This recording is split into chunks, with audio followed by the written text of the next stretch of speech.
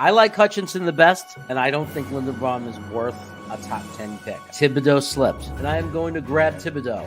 The Giants took Khalil Elam. Good for them. Kenyon Green is a guarantee in my mind. He would be such a dream pick right here. Evan Neal is still on the board. I'm not going to pick with him. That 44 pick could be tight end. That 44 pick could be a good linebacker, a good safety. We could drop back one pick and pick up a second rounder from New Orleans. We got options here.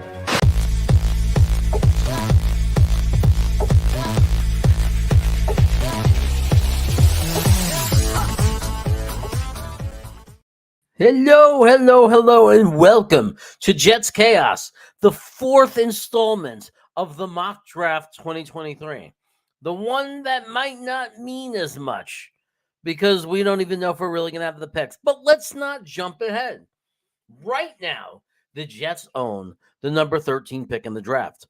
We also owe, I think, the 47th, I want to say. So, and we also own the 74th or something like that. These picks are our picks. They belong to the Jets. They are definitely the Jets picks. So, you know, she half a dozen of this, half a dozen one another, six of the other. It really doesn't matter if, you know, to sit there and say, oh, well, we're not going to have the pick because we're going to trade it for this guy or that guy. Well, let me tell you something. We haven't traded anything yet. It's all pick. It's all pick. It's like if I was sitting here with two slices of pizza and you told me, well, you're going to eat the pizza, so you're not going to have any slices. So you'd have 0 slices. No, I have 2 slices. I haven't eaten them yet. Well, guess what? We have picks in the draft, and we haven't traded them yet. I see some people out there saying, oh, yeah, Rodgers, we're going to get him for like a 5th-round pick this year and a 3rd-round pick next year. I don't think so, but one could hope. Anyway, I don't know if you saw the Aaron Rodgers news. Is, you know, he just, he got rid of the rumor that he was going to play for the 49ers when he said, I ain't going to San Francisco. So that's done. And everybody's a genius. Everybody's a genius. Like Micro Fox the genius. What? Rodgers isn't happening. How do you know it's not happening? Like, I understand. I'm not saying it is going to happen, but how do you know it's not? You know somebody? Like, you got a contact? You have a connection? Because the Jets brass is saying they're going to make a major play at a veteran quarterback. They said it. Now, I'm not saying that we're going to get Rodgers. I really am not. I'm not saying we're going to get Derek Carr. I'm not sitting there and claiming that we're going to get any particular quarterback. But I'm also not going to sit there and say we're not getting Aaron Rodgers or we're not getting Derek Carr. Right? I don't think we are getting Rodgers. I have to teach people how to be like people. I mean, it's like, you don't know. You're just some guy like me. Stop saying things like you know it. You don't know that it's not happening. Like, why? How do you know that? Do you know Joe Douglas? Are you friends with somebody that I don't know?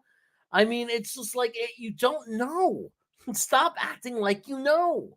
It drives me crazy. Like, what is it with this fan base? It's like everybody's arguing like they know. Just have opinions. I don't think we're going to get Rodgers. I think we're going to get Rodgers. I don't know. Maybe we'll get Rodgers. My opinion, 80% we get Rodgers. My opinion, 10% we get Rodgers. Can't we just behave like that? The comments of my videos drive me crazy. Jeremy, you're smoking crack. There's no possible way we're getting Derek Carr. I'm smoking crack. Who's smoking crack? You know who's smoking crack? The person who sits there who could definitively decide and say whether or not we're going to get a player when they don't work for the New York Jets or the other team. They have no affiliation with the NFL, but magically they know. Look, the odds are, I agree, we're not going to get Aaron Rodgers. Why do I say that? Because for the last 3 years, Aaron Rodgers says, I'm leaving, and he doesn't leave. Right? So that's first off. Aaron Rodgers is most likely going to be a Green Bay Packer when the year starts. Right? Now, if he does get traded, there's going to be so many other teams that also want to get him also, right? So why would I think that Aaron Rodgers would come to the Jets? Why would I think over other teams? Uh, so people will argue Nathaniel Hackett. Yeah, but come on. Just because Nathaniel Hackett is his friend doesn't mean he's going to make a life decision like I'm going to go live in New Jersey in the freezer. I mean, the guy had a deal with Green Bay for you know what I mean? When he can go to teams that are like warmer or nicer. Here we go. Watch this. Watch this. By the power of Grayskull, John Nolte now has the power. Well, please welcome our new moderator, John Salty Nolte.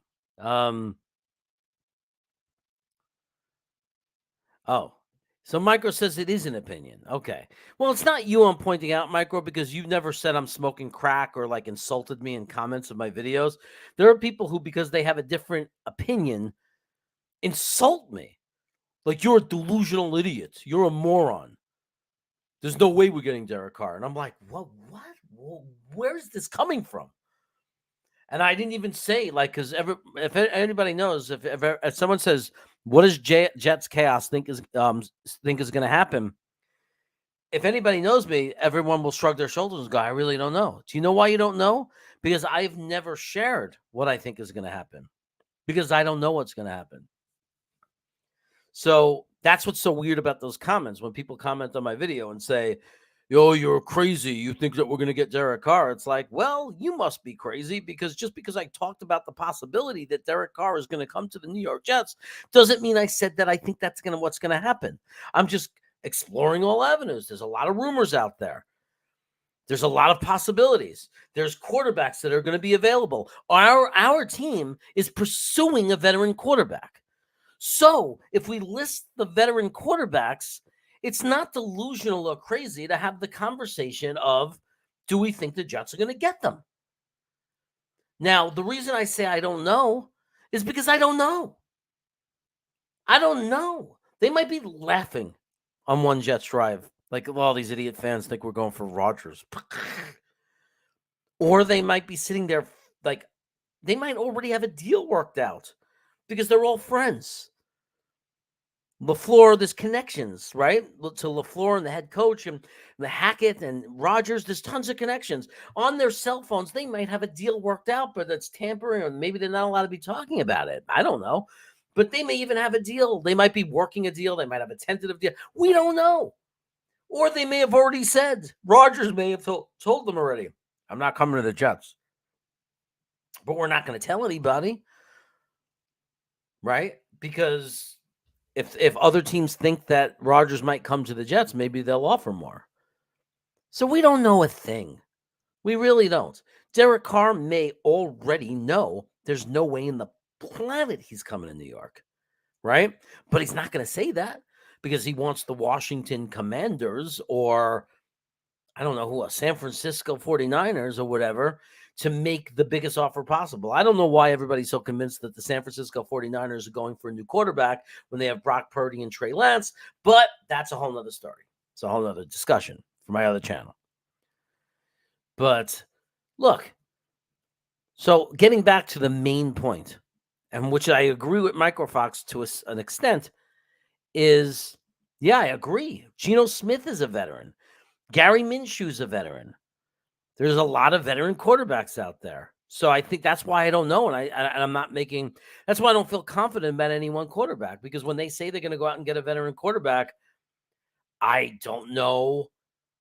I don't know which one it's going to be, you know? He's stressing to show it's his opinion. I think Derek Carr is a good option. One of the reasons I like Derek Carr as an option is because, I think that the Raiders are going to have to release him, and therefore, it will not cost us any draft picks, and that's kind of appealing. But at the same time, I mean, Aaron Rodgers is, well, at least he was for a long time elite. Where I don't know if I would define Derek Carr as elite. I would define Derek Carr as a very good, better than average guy, top 10 for many years, over 4,000 yards passing, all that good stuff. but not like to the eliteness of, an Aaron Rodgers. I mean, that's like elite. But the problem is that you have to be really knowledgeable about, or whatever you want to say, is Aaron Rodgers 39 years old, and he just had a really bad year. Like, he was like, I go by DVOA because they're the most logical rating system, I think. They don't give the details, but they tell you things that they do. Like, they rule out bullshit passes. When it's 3rd and 15 and a quarterback dumps the ball off for a 4-yard gain, that doesn't count as good things for them. But also, when a quarterback throws the ball to one of their receivers, hits them in the chest, and the ball bounces up in the air and gets caught because the receiver stinks, and it's an interception, that doesn't count against the quarterback. You see, so DVOA looks at situation. Like, the thing they score high is when it's 3rd and 12 and a quarterback throws a 15-yard pass in the air for a completion, they give that a lot of points, or of course touchdowns in the end zone. So it's a very smart system. Derek Carr was, by the way, top 10 quarterback 4 out of the last 5 years in that system, and only failed when he had this horrendous coach that proved he's a failure coach in Denver, and now is getting the opportunity to fail in Las Vegas. But Rodgers was like 17th, and every number in his was down. He didn't look to the eye as good as I'd seen him in his career. Am I saying that means he's done? No. No way. Because there was a time where Green Bay thought Rodgers was done, and they drafted Jordan Love, and then Rodgers came out and had an MVP season. So, he didn't have the best receivers. He just lost Devontae Adams. I mean, he had rookies. I mean, there's a whole bunch of, reasons and explanations of why he might have dropped off. But it also, one of the reasons could be he dropped off because of his age. Because remember, before Brady kind of changed the rules of the way we think about age in quarterbacks, 38, 39 years normal to see incredible decline in a quarterback's ability, even earlier. Remember, 36, 37. So anyway, I don't know. Getting back to the point, we're supposed to be talking draft, but it's impossible, not to talk about it. Is Stafford available? You're saying plan C if he's healthy, but is he? I don't think the Rams have cut him, right? Yeah, yes. We're not the only team that needs a quarterback. Exactly. That's why it's so hard to know. It's not just that we're not the only team that needs a quarterback. What's up, Sean McAdeer? And Eric Craig, Gary Peters, all you guys. The issue is that we don't. It's not just like every year where a couple of teams need a quarterback. This is, in particular, is a year where it feels like there is. Oh, what's up, Wikimedia? There is a crap load of teams looking for a quarterback. There's a lot. Did I lose sound? Let me know in the chat if I lost sound. You're saying no sound, so that doesn't make any sense. You're scaring me. Don't tell me no sound. Sound is fine. Okay, thank you. Yeah, no sound. Now I know how Green Bean feels. It drives him crazy. Someone will say no sound. Oh my God, kills him. So it's you, Micro. If you're not hearing me, it's you, buddy. All right. So Joe Campione, I would rather pay Brissett $5 million, White $3 million, and draft a quarterback 3rd rounder later. Well, we can't really do that exactly unless we cut Zach, Joe. Because let's think about this. If we pay Brissett $5 million and we pay White $3 million, and we hold on to Zach Wilson and draft a quarterback, that's 4. Now, we're not keeping 4 quarterbacks on a 53-man roster, and if you put them on the practice squad, you leave them exposed. Now, I don't think we're allowed to leave Zach Wilson on the practice squad. Wikimedia can help me with that. I don't think we're allowed because we're stuck with his contract. So I don't think we're allowed to put him. I think it's like considered a release. You have to release someone to put them on the practice squad. That's right. So we can't release Zach Wilson because if we did, we'd have this horrendous salary cap hit. So we can't release Zach Wilson. So he has to be on the roster. You just paid Mike White. You're not going to pay him $3 million and then release him. to put him on the practice squad. Brissett can't be signed, right, released and then put on the practice squad. And then if you draft a rookie quarterback and put him on the practice squad, then he's going to get picked up, right? Because he's third round quarterback available for anybody for free. Just pick him up off the Jets practice squad. So you can't carry 4 quarterbacks. So you're going to have to make a choice. Like maybe you just can't have White. You sign Brissett, Zach Wilson's your number 2, and then you draft a third rounder. That's how I think it would work. I see someone, Gary Peters says Daniel Jones. Hey, he's an option if the Giants can't come to terms with him, but the Giants can franchise him. They could tag him. I don't think they would, because I think if they tag him, then he's overpaid. So JT can build a better team around Carr. Keep the picks. Plus, Carr would be coming off with a chip on the shoulder. Yeah, I don't argue that. Like, look, that's a big part of me. My opinion, I agree with you. I'm very, very stubborn about giving up draft capital, especially with this GM. I mean, we have a GM that knows how to run a draft, man.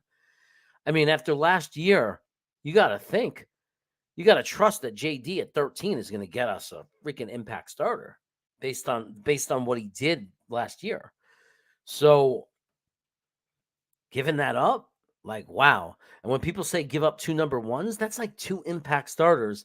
Are you going to tell me that Rodgers at 39 years old, if you look at his numbers last year, and he's going to be 2 at the most, maybe he was a 1-year guy, you're going to say that and 2 first round, 2 quality impact starters, let's assume that's how JD continues to pick, is better than Derek Carr? Like Derek Carr and the 2 impact starters, like a tackle and a safety, whatever it is, versus just Aaron Rodgers impact on the team. I think the 2 number 1 picks overall for the next 5 years of this team makes up that gap. I do. I mean, remember, Aaron Rodgers hasn't won 4 Super Bowls, guys. He won 1 Super Bowl. And I'm not putting him down. He's great. And I would love it if we had Aaron Rodgers. But we got to be realistic. People are talking about him like he's freaking Brady in his prime. He won 1 Super Bowl. 1. And it's better than us. We haven't won it in 50 years. But it's still, I mean, he's had a long career. So are we going to gamble our whole roster? Like gamble our future, everything we've built? Here's 2 number 1s. Here's tons of money. We're going to cut all these players for a guy who might come 1 year, possibly 2. And if we don't win the Super Bowl, it all goes to crap. We threw the whole thing away. This whole rebuild took a tremendous hit. Do we want to make that gamble? Whereas Derek Carr, we hold on to our draft capital. We give up cap space. But at least we have our picks. And we can continue to pick impact players. So I mean, you just gotta put that in perspective. It's the same thing like Sean Payton, by the way. Like Denver just signed him for 5 years. People say, someone came out and said, "Oh, Denver's gonna win 3 Super Bowls now." Denver's gonna win 3 Super Bowls now. Sean Payton was the head coach of the Saints from 2006 to 2021 and won 1 Super Bowl with Drew Brees as his quarterback. Now, am I putting Sean Payton down and saying he's not a great coach? No. He wins tons of regular season games. He gets his team to the playoffs every year. He's a top coach. He's a great coach. But why are we supposed to believe that suddenly Denver's going to win Super Bowls because they have Sean Payton when they got Russell Wilson as their quarterback, who has to be hope maybe Payton's going to rescue his career, but is he going to be better than freaking Drew Brees? Like, so I don't understand why people are automatically anointing Denver Lombardi trophies because of Sean Payton, a guy who's won 1 Super Bowl with a Hall of Fame quarterback. Years and years. Hall of Fame quarterback, 1 Super Bowl.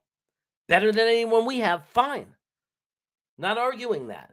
But like we get so carried away by like the fruit we don't have.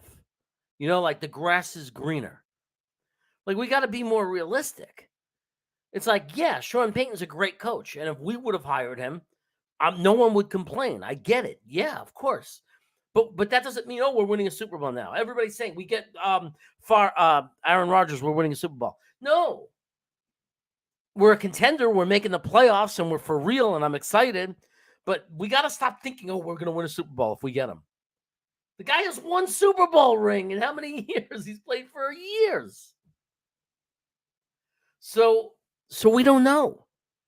So that's why I don't know why people are so anti-Carr. Well, you guys don't want any play. Okay. Look, we were playing with the worst quarterback room. Like the quarterback play we got overall last season was as bad as I've ever seen. It was putrid. It was horrendously bad. Horrendously bad. As bad a quarterback play as you can imagine. It was so bad that when Mike White came in, I managed to just move the ball up in the field, against Minnesota and Chicago, and actually move the ball. We went nuts like he was a star because we'd never seen it in so long because our quarterback play has been so horrendous.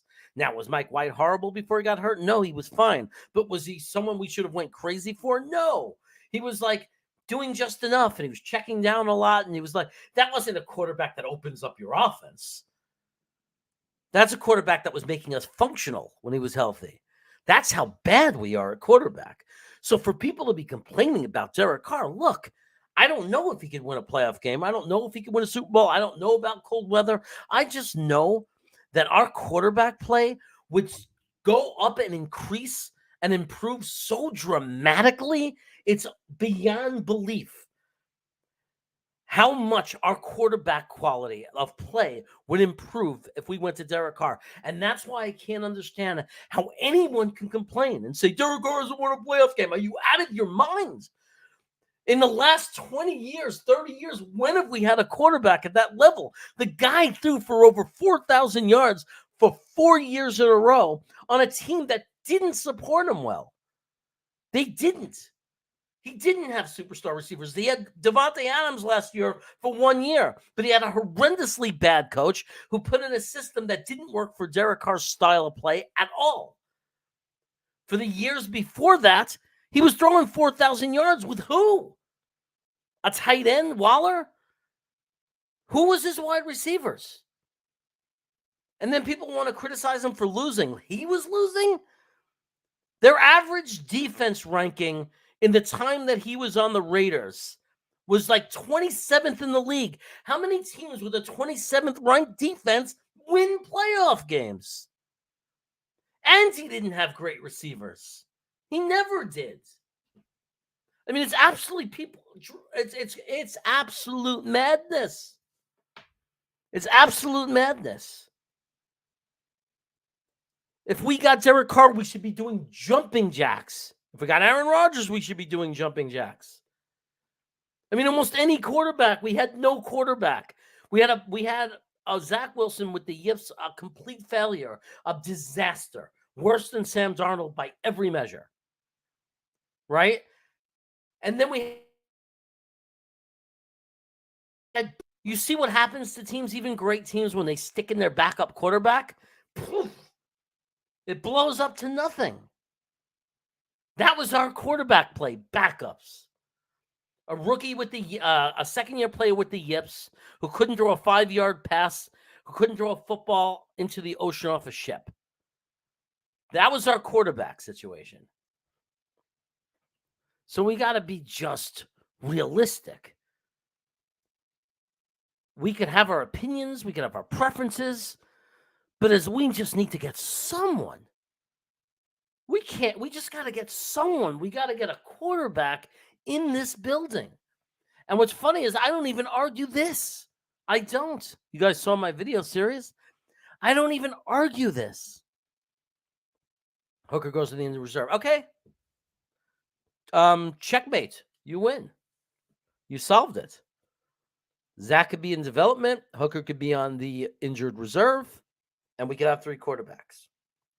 And we keep him on the injured reserve for the entire year because once you put him on IR, when you make your roster cuts, it is for the entire year. So, Joe, cheers to you. That is a solution. What I'm trying to say, guys, is no matter who we picked up. Yeah, Amari Cooper was no slouch, but it wasn't like he was. But Amari Cooper is also not Justin Jefferson. He's not even Garrett Wilson. I'm sorry. I don't think he is. I think he's a good route runner. He's a really good receiver. But look at his numbers. He's not outstanding. He's really good. He's a true WR1. I'm not saying that. But he's not a top of the league receiver. He's not. And he left, and there was nobody. There was spaces in between where Renfro was his big guy, right? Until they got Devontae. And yeah, he had a good quarterback and a good tight end in Waller. But don't forget who helped them. Derek Carr, by being a good passing quarterback. Because Amari Cooper didn't light it up in Dallas. He was good. His last year only got 850 receiving yards. And what did he do in Cleveland this year? Look at his stats. He's okay. He's not a superstar. Amari Cooper. Maybe he had a couple of really good seasons. But you know what? Maybe he had that amazing season because of Derek Carr. I don't know. He had like at least one really good season with Dallas and a good season with the Raiders. Obviously, any football team you're on for 6-7 years, you're going to be able to talk about some weapons. What I'm saying is it wasn't like it was stacked for Derek Carr, right? It wasn't like he had this team like, let's say, Cincinnati, where he had Jamal Chase and Higgins and this one and that one, and never won a playoff game or couldn't win a Super Bowl. That's not it's not the story. The story with Derek Carr is he played on a football team that had one of the worst defenses over that span, 27th average over the course of the years that he was there. Find me a team that wins playoff games and consistently wins with a 27th ranked defense. And if you're going to find me that team, maybe it's like New England when they had a bad defense one year and they were still a Super Bowl team because they had Tom Brady. I'm not saying Derek Carr is Tom Brady. Nobody is. Otherwise, we'd be having to pay him $50 million, right? So, look, I'm not saying Derek Carr is Brady. I'm saying Derek Carr is a very good quarterback. If Eli Manning didn't have the Giants' defense the 2 years he won the Super Bowl playing the way they played, would Eli Manning have Super Bowl rings? Eli Manning didn't carry that team. Eli Manning was like a guy like Derek Carr. He was not elite, but he was good. He was solid. He was good. And like Derek Carr, he could do it in the clutch. And guess what? That's what someone said. Oh, but Eli Manning did it in the clutch. Derek Carr is like in the top 5 all-time fourth quarter comebacks or something like that. So you can't tell me he can't play in the clutch. He does. He plays in the clutch. Then somebody says, well, if he had to come from behind so often, why? He wasn't playing well. All right, so then you're going to say that about Tom Brady, right? Who's legendary at making fourth quarter comebacks. And of course, Derek Carr would have to come back in the fourth quarter a lot. He played with horrible defenses. So does that mean Derek Carr's going to come here and we're going to win a Super Bowl? I'm not saying that. I'm saying that I'm not going to sit there and judge Carr and say he's not capable of winning playoff games because of the sample that we see with the Raiders. Because I don't see that he didn't. I don't see it that way. I don't see it that he wasn't able to win playoff games because he wasn't good enough. Watch tapes, watch games of the Raiders. Watch their defense give up touchdowns and constantly make him come from behind. And sometimes he could, and sometimes he couldn't. But understand this: we couldn't score a touchdown in the last 3 games of the year. The Raiders dismantled their offensive line 2 to 3 years ago. They traded it away. It was crazy. People didn't know what the hell Gruden was doing. He gave away his offensive line. And they had a horrible offensive line. Horrendously bad. That was part of Derek Carr's tenure. He also had a coach get fired in the middle of the season for racism. He also had a wide receiver kill somebody and get dropped. Tons of adversity for that team. You're not going to credit the quarterback for helping a team hold it together? They made the playoffs in a year that they lost their coach and they lost the player because he was DUI, killed somebody. A first-round draft pick. And they also lost some cornerback who was a first-round draft pick. The adversity of that team. Who do you give the most credit to on the field of all the players of the 53? You got to give it to the quarterback. You got to give him that credit. He's the captain of the offense. He holds the ship together. Everybody knows that. So I'm not declaring Derek Carr an elite quarterback. I'm simply saying that if you look at the quarterback play that we have had in this organization, not just the horrendously past year that we had to stomach somehow, the year before that, by the way, that we had to stomach somehow, when have we had a quarterback look anything like Carr? I mean, and I'm not, to switch the quarterbacks, I'm not a huge Jimmy G guy. I'm not, but it's the same argument, except Jimmy G has won playoff games. But the difference is, right, because everybody knows that can watch football, Jimmy G is not better than Derek Carr. Why has he won playoff games? Why has he been to a Super Bowl? Well, he had a defense. He had Deebo Samuel. He had an offensive-minded head coach that created a system that other teams are imitating. It's the Shanahan West Coast offense that came from his dad, I guess, but has multiple times gotten teams to Super Bowls. Multiple times. So to sit there and say, I mean, so to sit there and use the argument with Derek Carr, then you're saying Jimmy G is better than him because he's won playoff games? He had a better team around him. That actually matters because football's a team sport, for those of you who don't know. So to me, do I know that we'd win a Super Bowl if we had Derek Carr? No, I don't know. But at the same time, do I know that Derek Carr can't win a Super Bowl? No. Of course I don't know that. Because I watched close up because I was in the same city. I watched Eli Manning get 2 rings. I watched it. And Eli Manning was turnover prone. He threw interceptions. Eli Manning was not great every game to game. He struggled. He went in slumps. Eli Manning was no better than Derek Carr. So what does it mean? It means if we get Derek Carr, we have to give him, at least if I'm saying he's at the level of Eli Manning, we have to give him what the Giants gave David Carr. Eli Manning. What did the Giants give Eli Manning? Well, they gave him a great running game. They did. Very good running game. Well, Breece Hall gets healthy. We're rebuilding our offensive line. We're pretty sure we're gonna draft more guys. We know that JD is doing everything he can. He puts tons of resources into his offensive line. We're not Chicago, who consistently picks players and they're not offensive linemen, even though they're trying to protect a rookie quarterback or a new quarterback in Justin Fields. So if we give Derek Carr suddenly for the first time in his career a top 5 NFL championship level defense that keeps the games close, he's already a great fourth quarter comeback quarterback. He's already a guy that if you look at the Raiders for the last 5 to 6 years, are they ever ranking on the bottom of the league in offense? Does anybody say, oh, the Raiders don't score points? We don't score points. So if all of a sudden we give him here's Garrett Wilson, that's your Amari Cooper, or whatever you want to say, substitute. I think much better. I think Garrett Wilson's going to prove to be much better. I'm doing the Justin Jefferson comparison. I'm saying Garrett Wilson caught 83 passes for over 1,000 yards with the worst quarterback play in the NFL. The worst. And somehow with an offensive coordinator who got fired.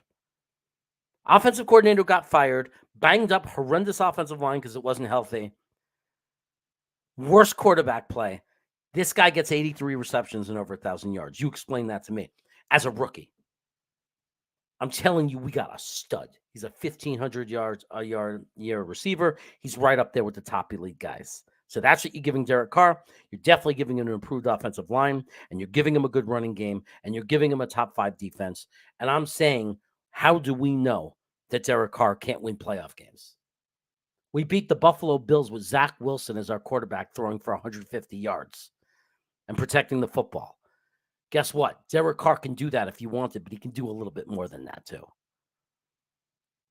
So that's it. That's my take on all that. Anyway, we're supposed to do a draft. Everybody who turned into this that's not a Jet fan that doesn't know me is thinking, what the hell is going on? I thought that we were watching a draft, and we are going to watch a draft, but I had to let my rant out because I'm just, and by the way, when I say all this, as much as I was passionately talking about Derek Carr, I will still say this. I am not saying that Carr is my number one choice. I'm not saying that he's not. I mean, me and my brother put out a video series where I have Rodgers as my top choice and Carr is my second choice. I am not declaring us a Super Bowl team if we get Carr. I'm not doing it if we get Rodgers. I just want a better quarterback. I want a chance. I want to be in the game. I saw this team when the offensive line was healthy and Breece Hall was healthy. I saw this team beat Buffalo. I saw this team again play very close against Buffalo. And if Joe Flacco, the statue, doesn't come out and fumble the ball, we have a very legitimate chance to steal that game too with Mike White as our quarterback. And if Mike White doesn't get hurt at all that game, maybe we beat Buffalo that game. But we were contending. We were already pushing Buffalo to their limits. Already. Can you imagine? Even if it was Jimmy G, Rodgers, Carr, G. Can you imagine? Daniel Jones even. Anything. Anything. If you put anything else into that game behind center, can you imagine what we could possibly be? Now, the problem with Rodgers, and I talked about it before, or any quarterback we have to trade a lot of draft capital, is then I don't know if we can put that same team around them. Because not only do we have to cut guys to make room on the cap, like Corey Davis, Carl Lawson, not only do we have to cut them, but we don't have the money to replace them. And we already had holes to fill. We need a tackle. We already needed a safety. You know what I mean? So that part is the hard part. That's the difficult part. So again, congratulations, John Nolte, on being a moderator. You're a moderator because you're a true gentleman, a true supporter of the channel, somebody who this channel needs and has needed since it's began. You jumped on right from the beginning. I met you in the chats back in the day on Jets Talk 24/7 and Green Bean, and you've been here since the beginning. And everybody loves Salty Nolte. You're, and long overdue that you became a moderator. I just forgot to do it. I should have done it. I should have done it way back when, the day I learned how to make a moderator. So, thanks, bro. Thanks for taking the job and being a trusted moderator. Talking with Tigo, what's up, buddy? By the way, glad you're here. You want to come in later, let me know. He always does things on Twitter to let me know, but it's like, I'm not looking at Twitter. I'm running the show. It's like, I'm going to try to bring Tigo in. Do you want in, Tigo? Yeah. All right. Yeah. There we go.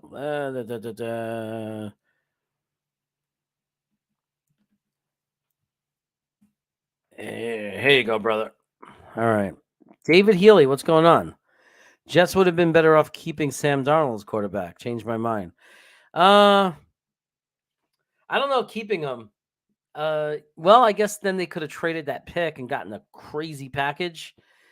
I think we'd be in the same situation. I think the one better part of the situation is that we wouldn't be screwed with Zach's contract.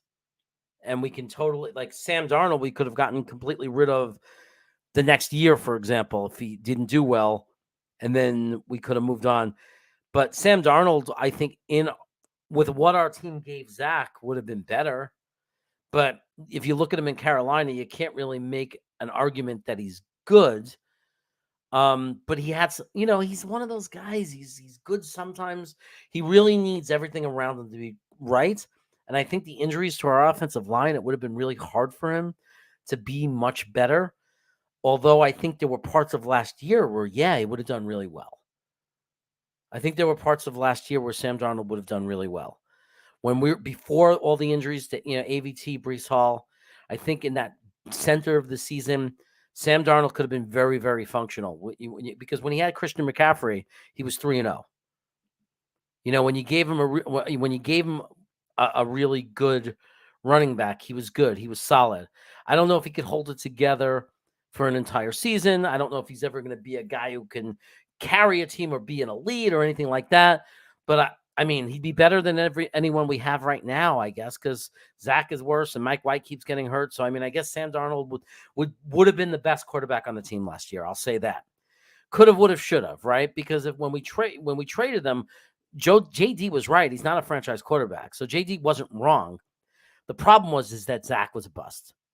That's the problem, right? If Zach would have turned out to be an average to good quarterback to great quarterback, then JD was a genius for letting Sam Darnold go. So, there you have it. What can I say? Anyway, let's bring on the man. What the hell happened? What's up, brother? What is going on? How are you today? Ranting. Yeah, I know. Came in. It was great. I had to go rewind. I was in the bathroom when I saw you were on, and I was like, "Oh, cool. Let me see what's going on." And I was like, Jeremy, mid rant, and I was like, "Bet it's about something that shouldn't be rantable, but because we're Jets fans, somebody has some ridiculous take, and it's exactly what happened." I bet I'm willing to bet. Right? You were talking about Derek Carr and how he's a solid quarterback, and how he's going to be the next Matthew Stafford in the sense of he's going to go to a team and people are going to realize that he's actually a really good QB, which isn't that hot of a take. He's had excellent seasons. He's just been in Vegas and in Oakland where it didn't matter, right? But somebody came in and said, Derek Carr sucks. He's the worst quarterback in the league. He's not worth anything. And it's just like, all right, cool. That's objectively wrong, but cool. No, it didn't happen in this chat that somebody did that. You see, I don't need it to happen during this chat because I hold on to things. It's spillover from Green Bean Show last night. Oh. When there was somebody in there saying 0 playoff wins, 0 and I was arguing with them all night. So really the rant came from that. Got it. Because I'm like, if I have to hear to me, it's not okay. I don't want to insult the person. It's a lazy take. Yeah. It's what the media does, right? It's the lull Jets, the kind of thing. They don't do any of their research. They don't look up the team. It's this team's not going to get more than 3 wins. And it's just like, what makes you believe that? Right? Like, even if you didn't believe in Zach, which a lot of people didn't, and I get that. But like, how's that roster at the beginning of the offseason where we weren't hurt, where we still had the possibility of Mekhi Becton, and we just signed an all-pro guard? Like, come on. What's the 3 wins? Come on. Yeah. I mean, but anyway, I mean, really what I was trying to say anyway, too, the one point I was making was whether you're a Rodgers guy or a Carr guy or even a Jimmy G guy, a Geno Smith, Daniel Jones, whatever story you want to tell, nothing changes the fact that it would dramatically improve our quarterback room compared to last year. 100%. Literally. Yeah. So like Jacoby Brissett would be an upgrade. Yeah, and people are saying Jacoby Brissett, Joe Campionis, and I'm not even arguing it. Yeah. Because it's not the guy I particularly want over others, but at the same time, Jacoby Brissett is an improvement. It's still a jump forward, and the fact that we beat Buffalo and without having, Mike White getting hurt may have done it a second time. So that means we could have beaten them with Zach Wilson and Mike White. Yep. And then you put in Jacoby Brissett this year. Again, not my ideal guy. I'm not trying to make that claim, but there's no reason to say we couldn't beat Buffalo in that situation because we did it with 2 worse quarterbacks, or we did it with a worse quarterback. No, we did it with 4 worse quarterbacks. Yeah. Guys, like the thing that I think people are failing to understand is we didn't get one quarterback play top 20 quarterback, top 25 quarterback in the NFL. Not one. And we trotted out 4 guys. Not one of them could live up to top 25 QB in the NFL levels, which is insane. That's insane. To look at the team that we had and to look at how bad the quarterback play was and say that team got 7 wins with how bad Mike LaFleur was at the end. Come on. Yeah. And this is why I like the Carr. Look, there's pluses and minuses to every player. Definitely a plus to Carr is that we don't have to give up draft picks because he's definitely going to get cut. 100%. Now, the negatives to Carr, and it's not, to me, it's not about player because I think he's a fine quarterback. And if we got him, it's a miracle that the Raiders were stupid enough to cut him and release him and make him available. And it's a miracle gift that a quarterback of that magnitude, an above average quarterback, over 4,000 yards for 4 years in a row, top 10 quarterback 4 out of the last 5 years, but based on DVOA rankings. I mean, all of that is a gift to us. Yep. What's a negative to me is I'm still one of these morons for whatever reason that kind of wanted Zach to have a chance a chance, even if it was a 1 in 1,000 chance, to somehow redeem himself and Yeah, develop and suddenly become a real quarterback. And if we sign Derek Carr, Zach Wilson, except for maybe injury, but will never really be the starter again. It's pretty much goodbye. He's a backup because what if we sign Derek Carr? It's 3 or 4 years, and by the time that contract ends, Zach is long gone. It'll be a 3-year contract. I think no matter what, it's a 3-year contract, and then you put an out after 2 years on the Derek Carr contract because you need to know with what Zach Wilson is, but also like you at some point in time you got to go back to the draft. You know, at some point in time you're going to have to look at your franchise. You're going to have to look at your situation, and you're going to be like, we can't keep paying, because Derek Carr, after he wins a Super Bowl or two with his New York Jets roster, is going to command and want to hit free agency again, and is going to want 40-50 million dollars, because that's what the quarterback market is going to be. Because after the salary cap explodes, what's going on, Dom? He's going to want to get paid like one of those top tier quarterbacks because he just won a Super Bowl in New York.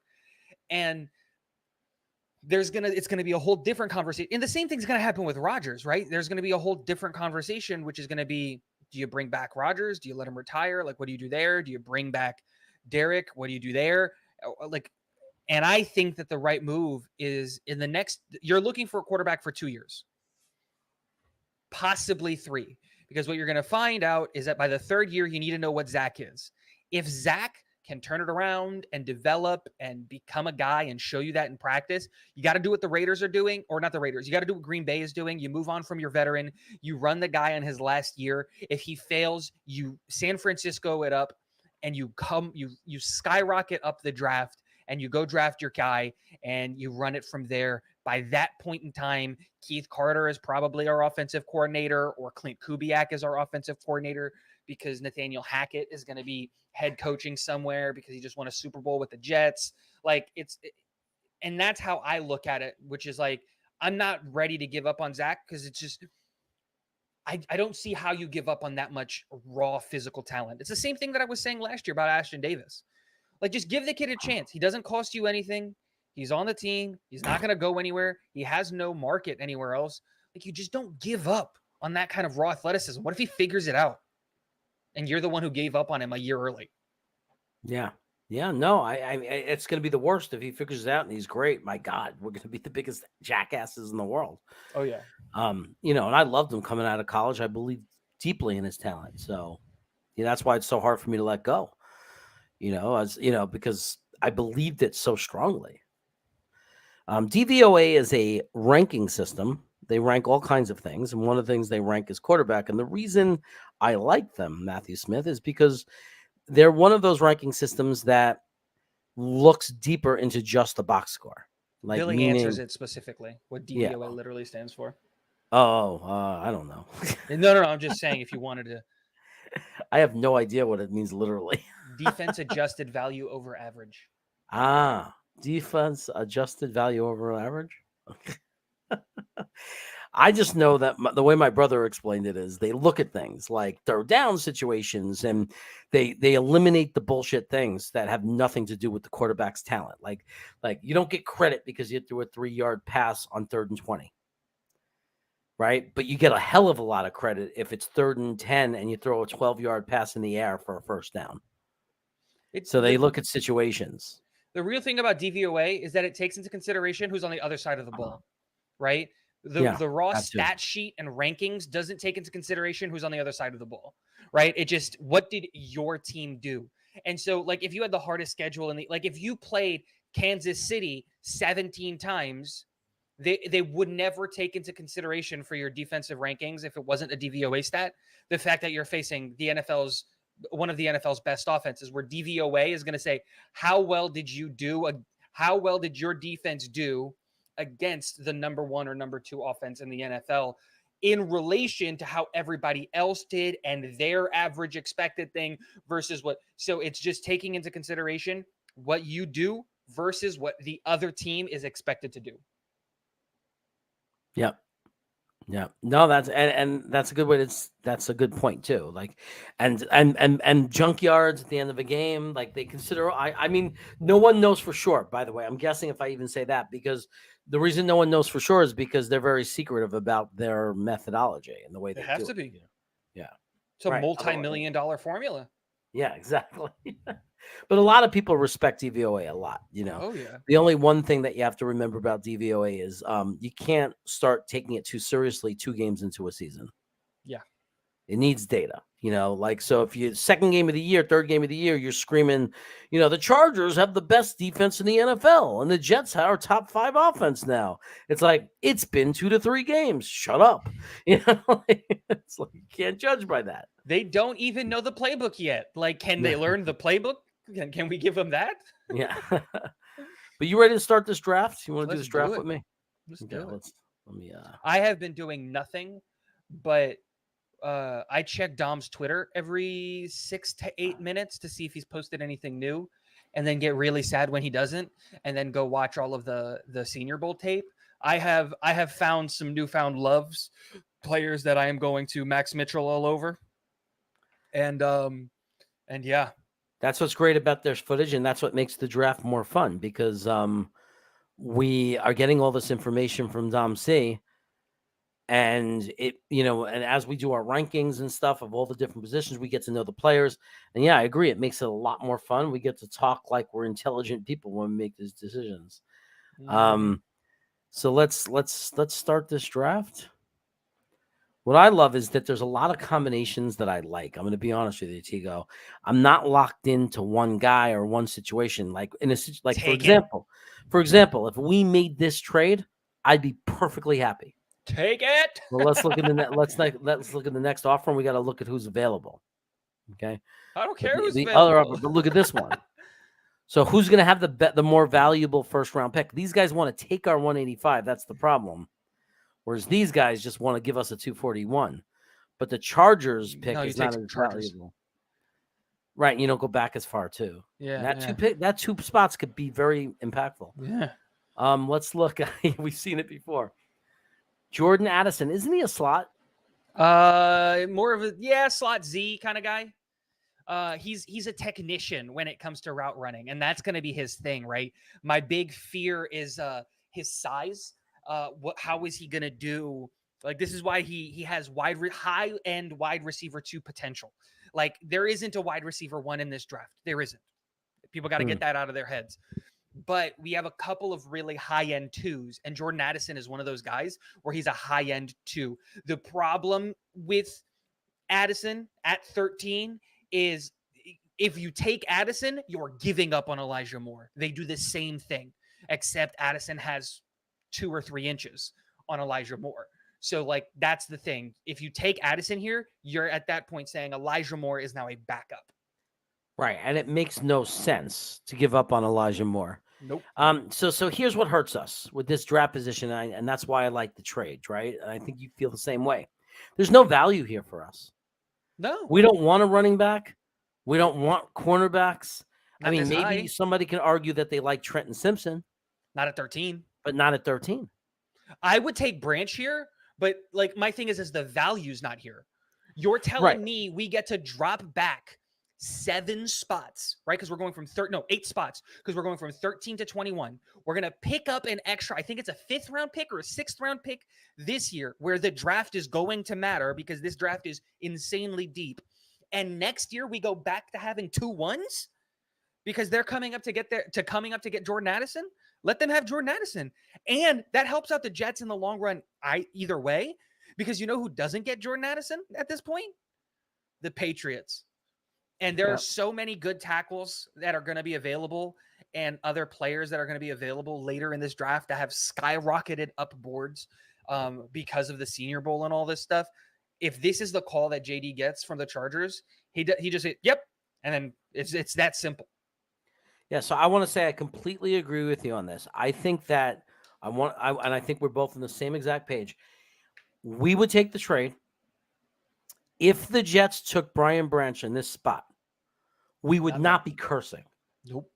We would not be cursing. He's going to be an impact player in the league. Oh, yeah. So if we did pick him, we'd be gaining another impact player. And our defense would just, I mean, what was the biggest weakness, man? Missed tackles, no ball hawking. I mean, this guy resolves all of that. We got a Yep. ball, he'd be a ball hawker, causes turnovers, doesn't miss tackles, reliable. He's well-rounded. He could do anything on the field. He's a guy who stands out, and he's like the quarterback of a defense. He's super smart. He is a true free safety in the sense of like your single high, you can trust him in coverage kind of guy. Like Yeah. you can truly, if you tell Brian Branch to patrol your back center, he's going to do that at an exceptionally high level. And I really, really like that. It's just the value. Right. And I mean, with JD's track record of finding some of these guys late, you know what I mean? And that's where I go. Getting that extra first round pick, we know JD now, and we know how valuable it is. Yeah. Because he'll use that. I mean, if he has to get us the right guy, he'll take our first round, package it, and get us something ridiculous. Like get us like another sauce. You know what I mean? And the realistic thing is that while unlikely, the teams between 13 and 21, there's not a very many teams that need a safety. There is a not very likely, but there is a good chance that Branch is there at 21. I agree. To me, the biggest danger to take them before us, but I think it's too early, is the Eagles. Yeah. Like yeah, I could see, a lot of sense. I could see the Eagles wanting them, but it's too high to take them. But here's the thing: if in this situation, if the Eagles at 10 took Tyree Wilson, which is a great pick for them, right? They have to take a cornerback. Their next pick is going to have to be a corner. Yeah. You know. And one, they're going to be picking 31. Yeah, no, 30, we don't. Right? I'm not worried about their second pick. But what I'm saying is they need a corner. And the reason I say they need a corner is because they're going to lose Bradbury. Right. They have Slay, but Bradbury's on a 1-year deal. And Bradbury's going to ask for top dollar cornerback money. And they don't have that. Not when they just paid A.J. Brown and did all this stuff. That Tyree Wilson pick not being Joey Porter Jr. really surprised me. Because it should be. They need the corner. So let's take this trade. Oh, yeah. Let's see what we got left at 21. Oh, the Seahawks. Right, but before we take, look at this trade offer. To move up 2 spots. Oh, they took them before us, one before us. I don't see that mean if they took Brian Branch, the Seahawks, that means they've totally given up on Jamal Adams, right? No, because Jamal Adams is a box safety. What? Jamal Adams is a box safety. They play opposite roles. Oh. Okay. Branch is more of a free safety. It's realistic then. The Seahawks are a team that loves safeties. They always have. What did they, and again, it also depends on what did they do with their other pick, right? Because they don't need corners. They've got Tariq Woolen, and then who was his Cincinnati teammate? For Sauce, who was on the other side of him? Oh, I'm forgetting his name. He's good. Kobe Bryant. Yeah, he's good. They have those two guys, and they were really, really solid. They just take the safety. They should take safety and then D-line. Like those should be their 2 picks. Oh, yep. How Kobe Bryant? That's right. How disgusting would this be? Oh, I would take it.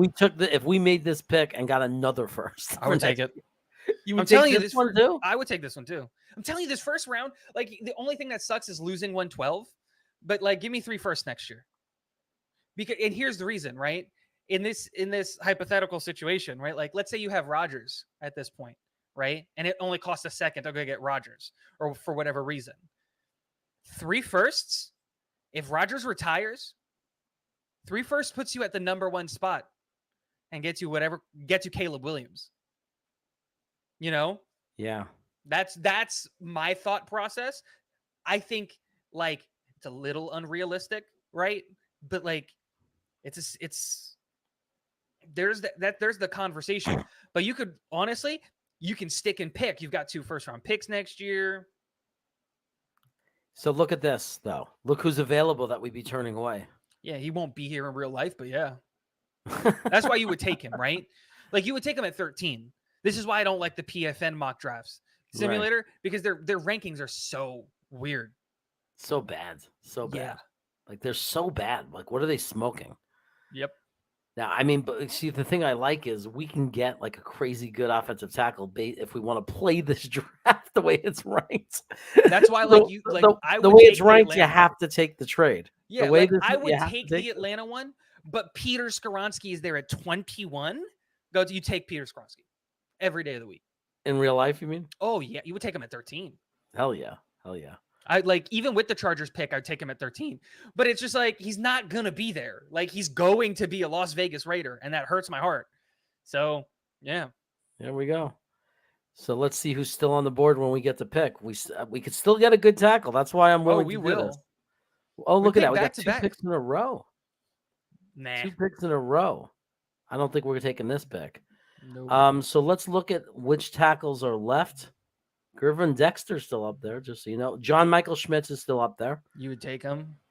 You take him, and then you would take There probably you go. There Darnell you two Wright. guys. DeJuan Boom. Jones is there. Like, here's the thing: you don't even have to take John Michael Schmitz, because you could wait until the 3rd round and take Mock.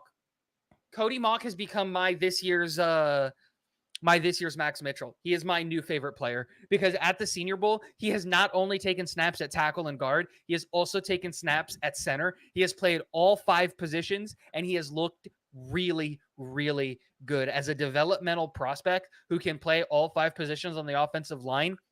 The value of Cody Mock is insane. And then Darnell Wright and DeJuan Jones are men amongst boys at the Senior Bowl. They are doing incredibly good things.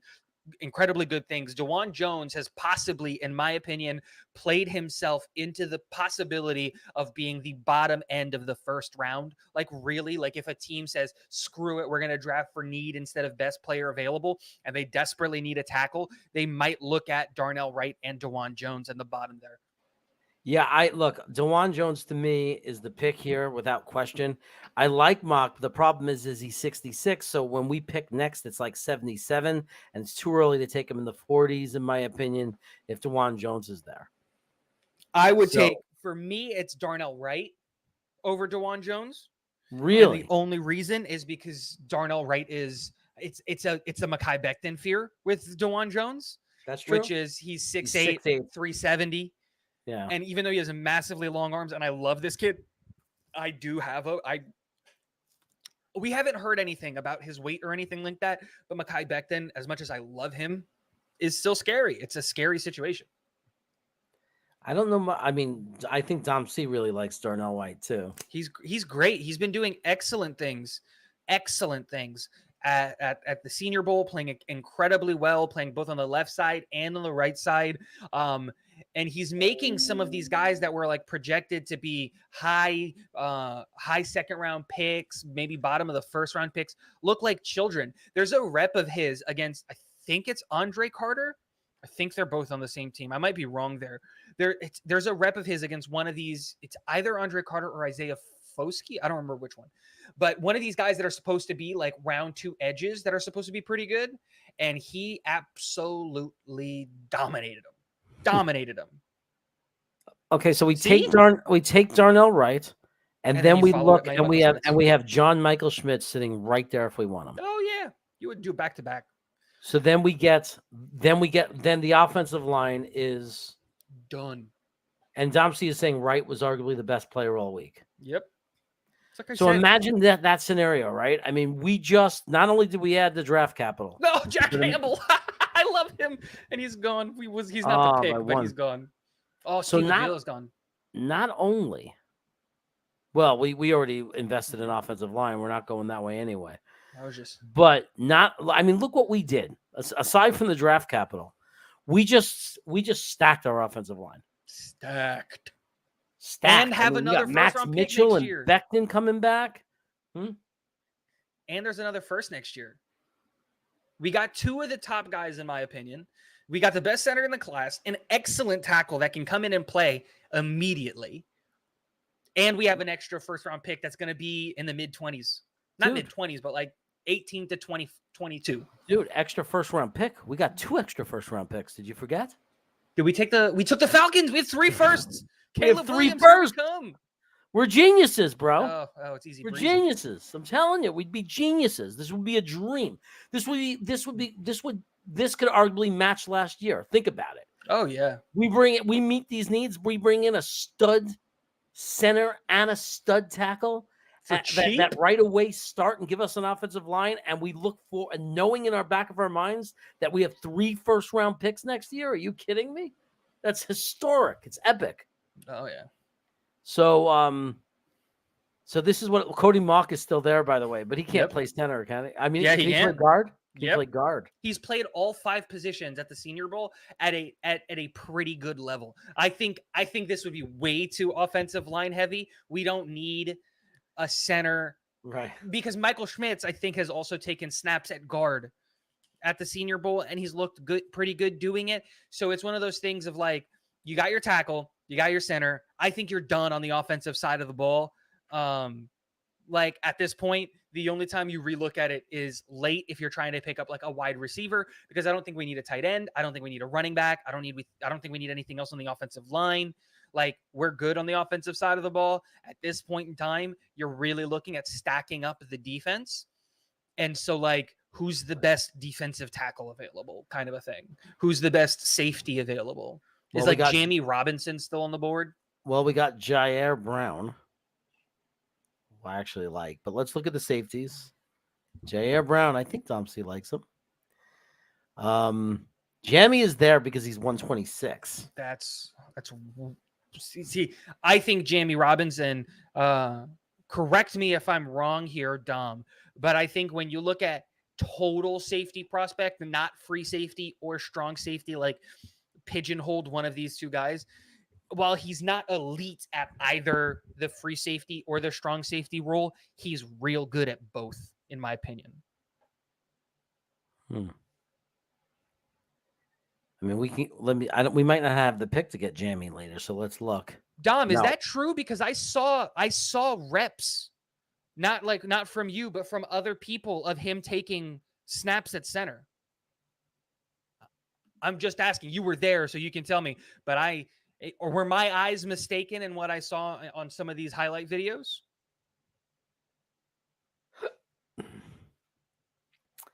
Okay, so we got this list of safeties. If we look at linebacker, I do not like Ivan Pace. I'm not a fan of Ivan Pace. I know Rusty Spooner loves Mohamed Diabaté. I'm not getting super excited by any of these linebackers, except maybe Dorian Williams a little bit. Jalen Graham, maybe.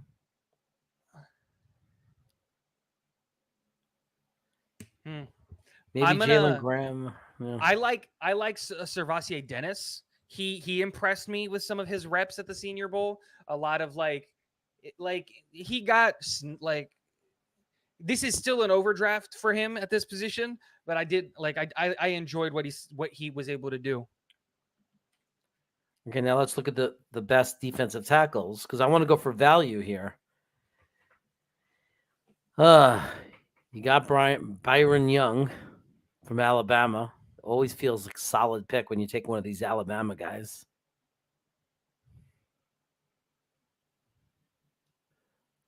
And I don't know much about Kancey from Pittsburgh. So the real thing is where's the overall value, right? Because we're looking at the 3 positions. We could take a linebacker, we could take a safety, or we could take a defensive tackle, and all 3 would be good for our team. Oh yeah. So I think Toto is long gone. Like I'm disappointed. I thought one of the linebackers would slip. Nobody slipped. That I was really excited about. Like, none of the guys I really, really liked slipped. But I think Dorian Williams. Somehow I remember his name. I think Dom C really likes him. I think he's really fast, good cover guy. And also Jalen Graham sounds very familiar to me. I don't remember Jalen Graham. Which Byron Young, the Tennessee one or the Alabama one? Because I like one and I don't like the other. The Purdue one, if you talk about Jalen Graham. No. The chat was saying Byron Young is a good pick here. And I said, which one? Because there's 2 of them. He's Alabama. Well, no, there's also a Tennessee Byron Young. But the one that's here is Alabama. Oh, for like, again, I don't like the Alabama one personally here. If we're taking a DT, it's Mazi Smith or Keanu Benton. I like both of those guys over Byron Young. If we're being honest. What's the edges look like here? Oh, we'd have to take this guy. We have to take him. We have to take him. We have to take him. Adel Tawamo. I mean, this guy's a freaking animal. Look, you're not wrong. He's You're an not animal. wrong. We have to take him. He's going to be a guy who gets double-digit sacks. I'm telling you.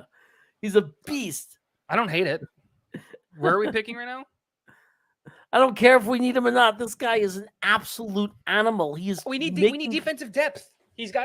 Someone's got to take up the Michael Clemens role, right? Because Michael Clemens is going to take the Bryce Huff role, because Bryce Huff is going to take the JJ role, because JJ is going to take the Carl Lawson role. So somebody has to take the Michael Clemens role. And Adebawore, Jesus Christ, what a last name, really had a really good Senior Bowl. Like a really good Senior Bowl. Yeah, he's out of control, this guy, man. They sent me footage of this kid, and he is Jim Pox saying we don't need an edge. But when you have an opportunity to get I mean, this guy's not going to be available. This guy's going to move up way in the draft. You see what he's doing in these freaking. I mean, if you saw the footage of this guy, Jim Pox, you wouldn't be saying we don't need an edge. You never not need a guy like this. You always Jim need a Pox, guy like this. At this point in time, we don't need anything. We've addressed our two biggest needs, which was offensive center and offensive tackle. Everything after this point is luxury depth picks. Now, whether you like our safeties and you want an upgrade at safety, or you like our linebackers and you want an upgrade at linebacker, those are different things. And I don't think the Jets front office agrees with you. That's the thing. People keep talking about the Jets drafting a linebacker. I feel it in my bones. We're not going to take a linebacker this draft. I know. He doesn't care. I don't think we're going to take like one. what they have. They like what they have. And to be fair, so do I. Like if you can bring back CJ on a much cheaper deal. I liked what CJ did. And if you're telling me that Jamie and Sherwood can get more reps, we can possibly bring back Quincy. Like we can go out and get a big name linebacker because we're going to have some money available. Like those all seem to be better options than taking a wide receiver. Oh, I'm sorry, a linebacker in the draft. Yeah, I say JD. People said we didn't need a cornerback, but he took Sauce Gardner. I say he takes this kid Adebawore because not because we take him, because he's an absolute monster. And for those of you saying we don't need him, second he's getting sacks, you're not going to sit there and say, why'd we pick him? Like the second he's dominating an offensive line, and he powers through and throws an offensive lineman out of his way like a rag doll and sacks the quarterback, you're not going to be or he throws an offensive lineman out of the way and tackles a running back 4 yards behind the line of scrimmage. You're not going to be sitting there complaining, but we didn't need an edge. You know what I mean? And this defense is predicated on it. We got to keep the pipeline going. Yeah. Like this defense only works if we're getting tons of pressure, and we have to be loaded and stacked at edge.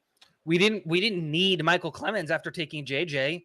He became an instant fan favorite before he even took a snap. This is a great pick. Yeah. So here, this is a weird part of the draft because we're at 145. I think it's also another value part of the draft. This is where you go for just the best value. Like who's here that excites you? You know, look at the DTs. Okay. It's back to safety here. I mean, it's DT or safety here. Colby Wooden. Coburn is still here. What's our next pick? Not till 200 something. We got that. Oh no, 185. Oh, we got 185. Yeah. But Okay. I'm on board with Coburn here. What's safety looking like? Oh, you like Coburn, huh? I like Coburn. Safety.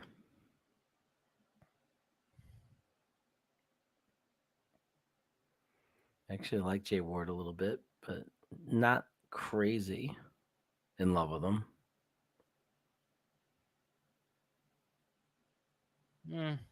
Nothing crazy good. And then I guess linebacker, take one last look. Deion Henley is an interesting guy because he has all of the after Dom mentioned him. I went and watched him, and he's absolutely right. He's got all of the, like, he's got all of those, like, the tools to make it work, but just hasn't played linebacker long. Oh, see, I love guys like that because of the upside. Mm-hmm. If it's a Dom guy, let's grab him.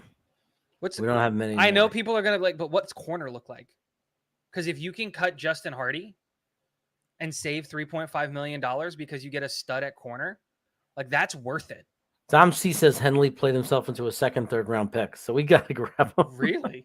Just to make it look good. See, I'm telling you, like, I'm Henley telling you, was one of those guys. He's raw athleticism, and he just hasn't played the linebacker position long. I'm It's telling you, hard. Go ahead. Adbawar will end up being the best player.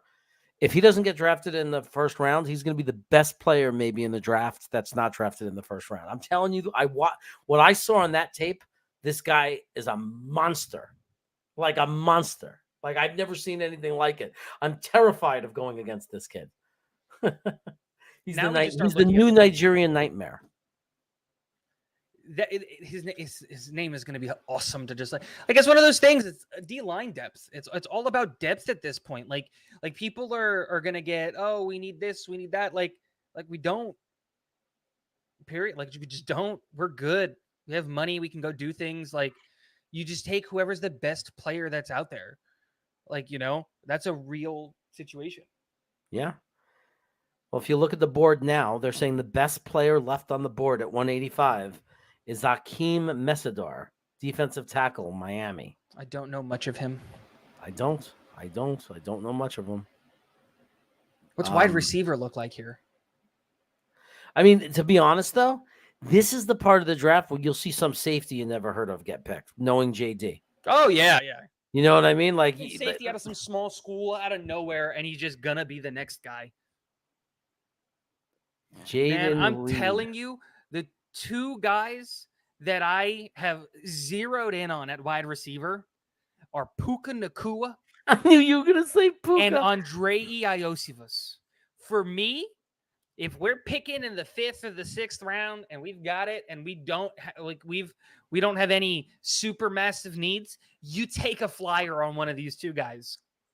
Because Iosivas, or no, it's Yoshivas, is going to break the 40-yard dash record. Like, he's going to do it. He's a track star, 6'2". It's 6'2". He's 6'2", 207, runs a 4.26 40. He's going to break the 40 record. He is going to be a special teams nightmare. And if you can develop him and get him unenrolled from the Denzel Mims School of Body Catching as soon as possible, and you get him with a good wide receivers coach, he has some of those. It's the Denzel Mims thing where it's just like, he's got those unteachable traits. You can't teach 4.25 speed. You can't teach 6'2", 6'3". You can't teach that. And so if he can get the burst to get to his top speed as quickly as possible, he has three. You literally give him a playbook with 3 routes, and he'll beat the corner every single time if he's one-on-one. I love Iosivas. Let's throw a dart. I love he's really starting to become my Max Mitchell of like, I'm like, this is a guy that I think is going to work. Nathaniel Dell being available here is ridiculous. He played himself into day 2, I think, personally. Really? I think he played himself into day 2. He's a tiny little guy. Oh yeah, but he was one of the best wide receivers from what I keep reading everywhere at the Senior Bowl. Like, hands down, one of the best wide receivers there. I want Dom to confirm and or deny that, because I wasn't there. He was. So what I'm feeling right now is that I want to look at punters. There's Mike Turk, man. Mike Turk. I think we need a punter. If we make a trade that gives us a pick like 241, I think that's the highest value pick for the New York Jets. We need to bring a punter into camp, and I don't want to get just some guy. Like, let's get Michael Turk. Let's get the best punter coming out of college this year. You know Here's what I the mean? thing: if you take Turk, right, and I'm not anti-Turk, right? Here's the thing: if you take Turk, you're not taking Turk to compete out of camp. You're taking Turk to be the guy. That's no the thing. problem. You have to have confidence in a guy when you draft a punter like this. Because you know what could be this 6th round pick theoretically? What? We got Michael Clemens around this spot. Oh, 6th round pick could be Pinnock. Could be a Pinnock. Michael Carter. Yep. See what I'm saying? Second. Yeah. Is the possibility of a Michael Carter II, a Jason Pinnock, a insert other player here, a guy that we all love that we lost to the Pittsburgh Steelers, and I'm stalling because I can't, Jonathan Marshall. Mhm. You know, these are all 6th round picks. No, I think Michael Carter was a 2nd round pick. I'm sorry, a 5th round pick. Doesn't matter. You know what I'm saying? Like, while I totally agree, he is totally, like, punter is totally a massive need. Like, there are lots of punters. We can find a punter. You can bring in like 9 punters to compete and take the best one. They're out there. So That's true. That's my thing. Like, you have to look at the board and see if anybody, like, this is the last pick. So screw best player. Like, who's the guy that stands out for you that's available out here? Because at this point, we're just throwing darts to the dartboard, right? Yeah. But who's the guy that you feel confident is the dart? And this is where, like, I trust what's his name? Joe Douglas so much in this area. And this is why I was so on board with trading back twice. You're telling me we're giving Joe Douglas another shot at the dartboard in the 5th or the 6th round where he's been a stud? Sign me up. Nathaniel Delcamp is a quicker Kadarius Toney, no lie, confirmed. See, I know what I'm talking about. A lot of that was because of the text messages that I've shared with Dom, but forget you heard that part, guys. That's all in my brain. How about Tua's little brother? No. So, I mean, who do you take a shot with? I mean, if I go to all, there's no quarterbacks left unless you want a guy from Fordham. Love that. Watch, he's going to be a star because I'm making fun of him. Of It happens course. every time. It happens every time. Me and my brother used to go to basketball games, and anytime we'd make fun of someone, it would get thrown in our face. Like, there was a guy, we were at a Warriors game. This is years ago. There's this guy, Andrew DeClerc. And he came in, he was like the 13th guy. He came in because they were getting killed. And we're making fun of him. Like, and he gets a rebound, and my brother goes, DeClerc. And I'm like, and then he gets another rebound and another rebound. And they start to come back, and he starts scoring. And we're like, DeClerc. And we're like, and then he ended up being, one day we're watching the playoffs, and I forget the team, if it's Atlanta. Suddenly, playoff game, this is like 3 or 4 years later, they're starting small forward, Andrew DeClerc. You love it. What the hell? Love it. This is the thing where I'm not super familiar this late in the draft. I'm with going all to these throw guys. I'm going to throw a dart at Kerry Brooks and bring in a tackle. There we go. Let's go get him. Carl up the middle. Dom C right now just pulled hair out of his head. No, that guy sucks.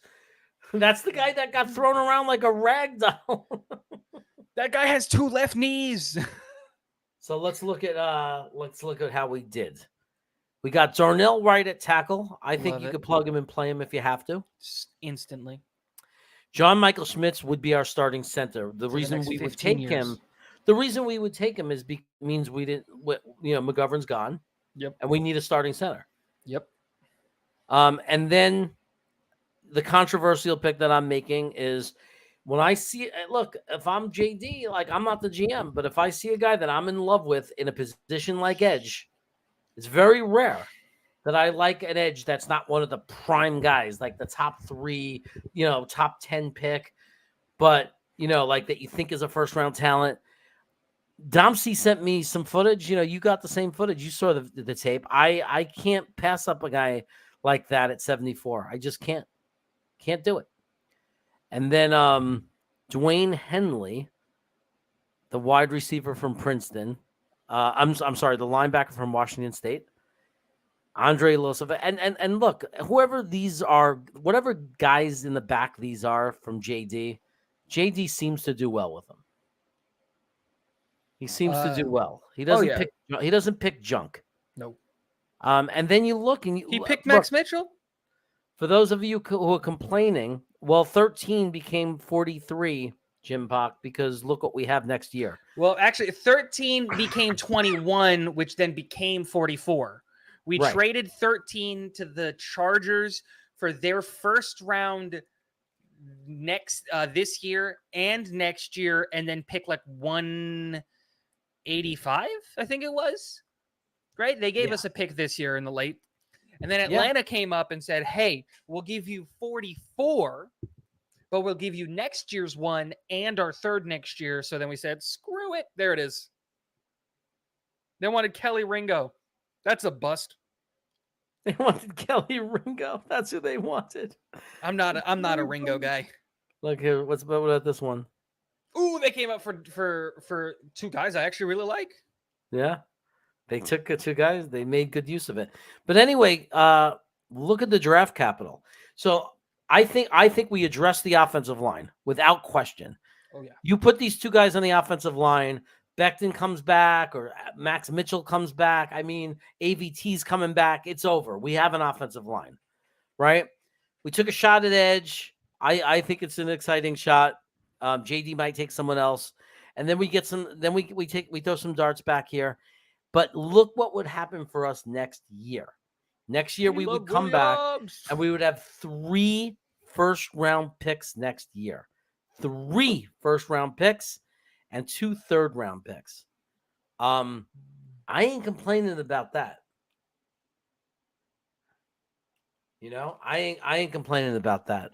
I say we address the offensive line, got better, added some other guys that might be special and make the defense better. And started the pipeline again. I really believe in that. The same way we built the team that we have right now with all that core talent. How do you got to keep doing that. Don't let that die. Because if we were to do that, we would if we were to do that, then no matter what happens, if we miss our shot, like if Rodgers or Carr, whoever it is, if they're not working out, we are loaded for next year. And then we have another draft where we're just have so many options to bring in so much crazy talent. Either we bring in 3 new number 1 picks, or we combine 2 of them. Like you said, maybe even combine all 3, move up, and maybe get our future quarterback. I hate doing that because to invest 3 potential studs on the roster for a total roll of the dice. And what I've learned is no matter what quarterback you draft in a draft, it's rolling the dice. Oh, yeah.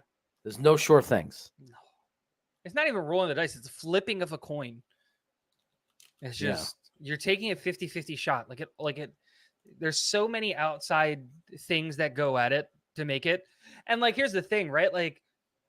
The Jets are a team, whether you like it or not, whether you believe it or not, we don't have very many holes.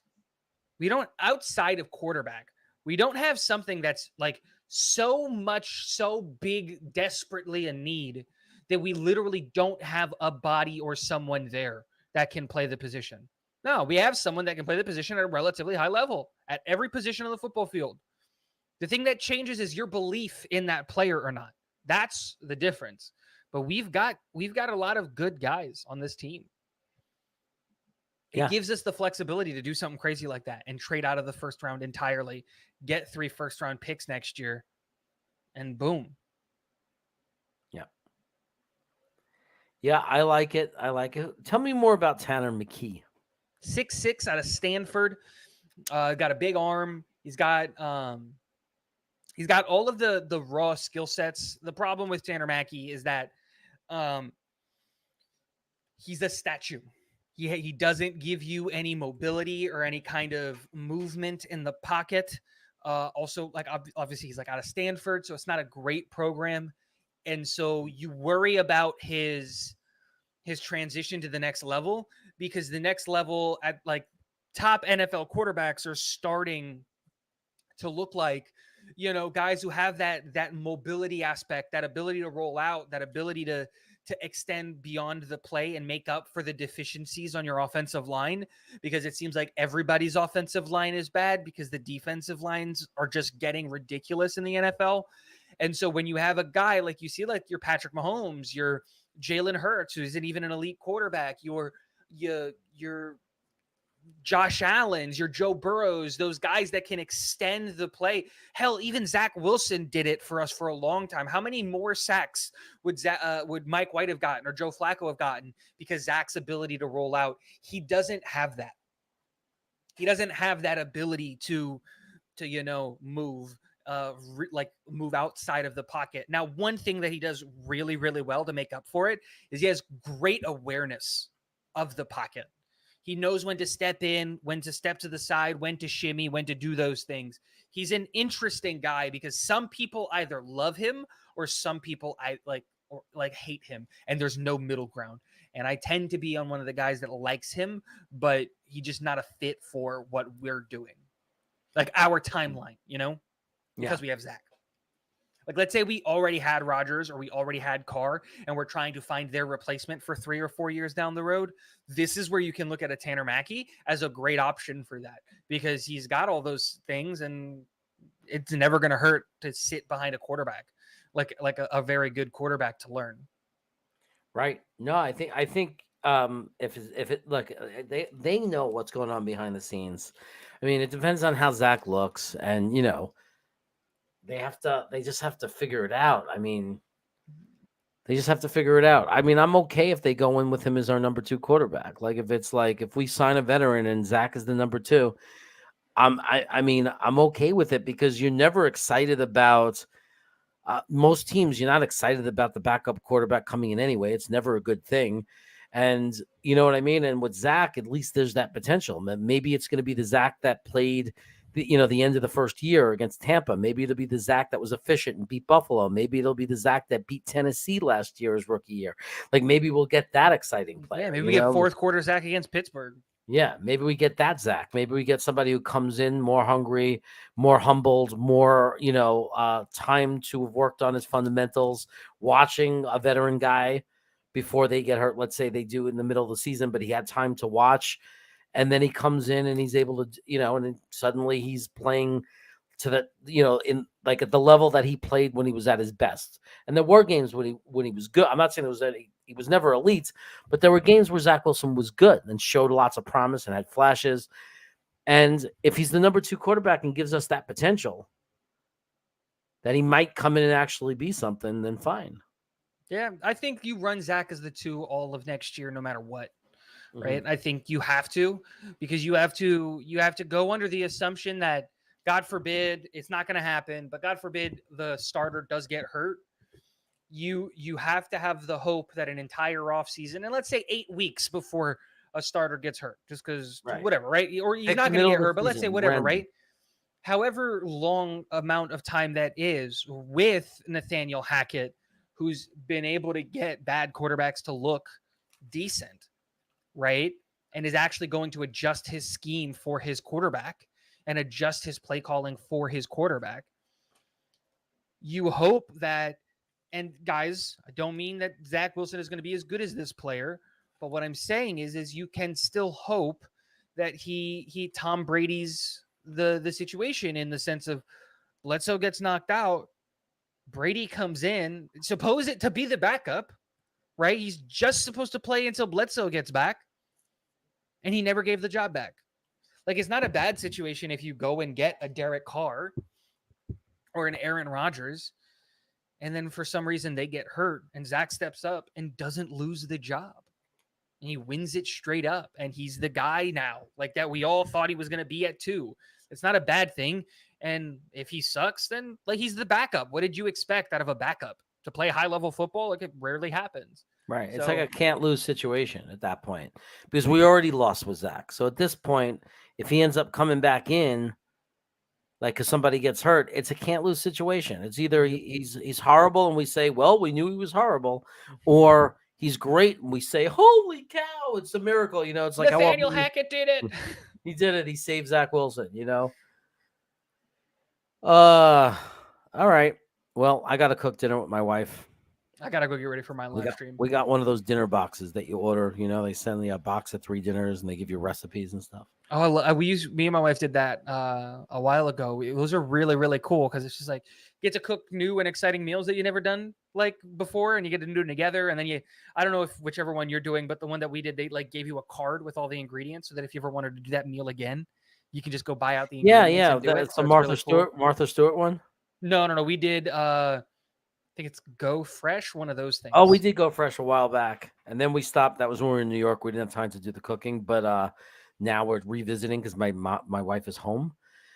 Working from home, so we're like reconsidering it. But yeah, they give us the big card, so it has all it's like you get the recipe, Yeah, it's really cool. We still have ours, like all the recipes and stuff, and we'll it's harder now with the baby, obviously, and because like my wife's like in the first trimester, so like she doesn't know what she can and can't eat, and so it's just like we're just gonna stick to what we know we can eat. So our diet consists of like 4 different things that we just do on repeat.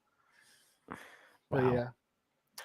Talking Jets with Tigo, everybody. If you're not subscribed to his channel, what the hell's wrong with you? Talking Jets with Tigo. He's everywhere now. You can find him on Green Bean's channel. You can find him on my channel. You can find him on Buffalo's channel. The guy is everywhere. But guess what? He has his own channel too. So, yep. For those of you who want to keep the party going, I will be going live in 14 minutes. I'm going to go get ready for that. We're going to be talking Derek Carr, nothing but Derek Carr, everything regarding Derek Carr, because there's a lot of news that came out in the Senior Bowl, and maybe we'll talk some Senior Bowl, and maybe we'll do a mock draft. Who knows? We'll see where the night takes us, but that'll be in 15 minutes. Fantastic. Take care, everyone, and I'll see you Sunday night with Dom C. So excited.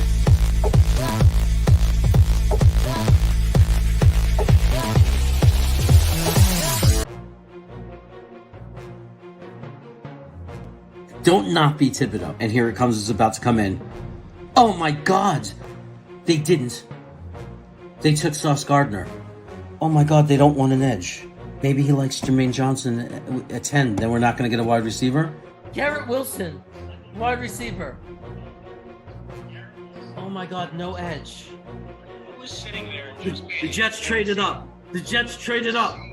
Are we taking JJ? Are we taking JJ? Because I know Braden is in New Zealand saying, we should get Lily, Mike. He's definitely saying that. JJ! We got Johnson! We got Johnson at 26! We got Johnson at 26! This is great! Yes! They took Roger McCreary, they didn't take Dean, and we traded up. We can get the Kobe Dean. We can get the Kobe Dean. It really is. They took Breece Hall. They took Breece Hall. Wow. I mean, look, I love Breece Hall. But there's also Jeremy Ruckert, who I think is the best tight end in the class personally. They took Jeremy Ruckert. He took Jeremy Ruckert. Yes! We got a Jeremy. We got a Jeremy. Oh, and the Jets pick, and it's Max Mitchell, offensive tackle. We needed that. That's wow. We took Michael Clemens. I never heard of him. A defensive edge.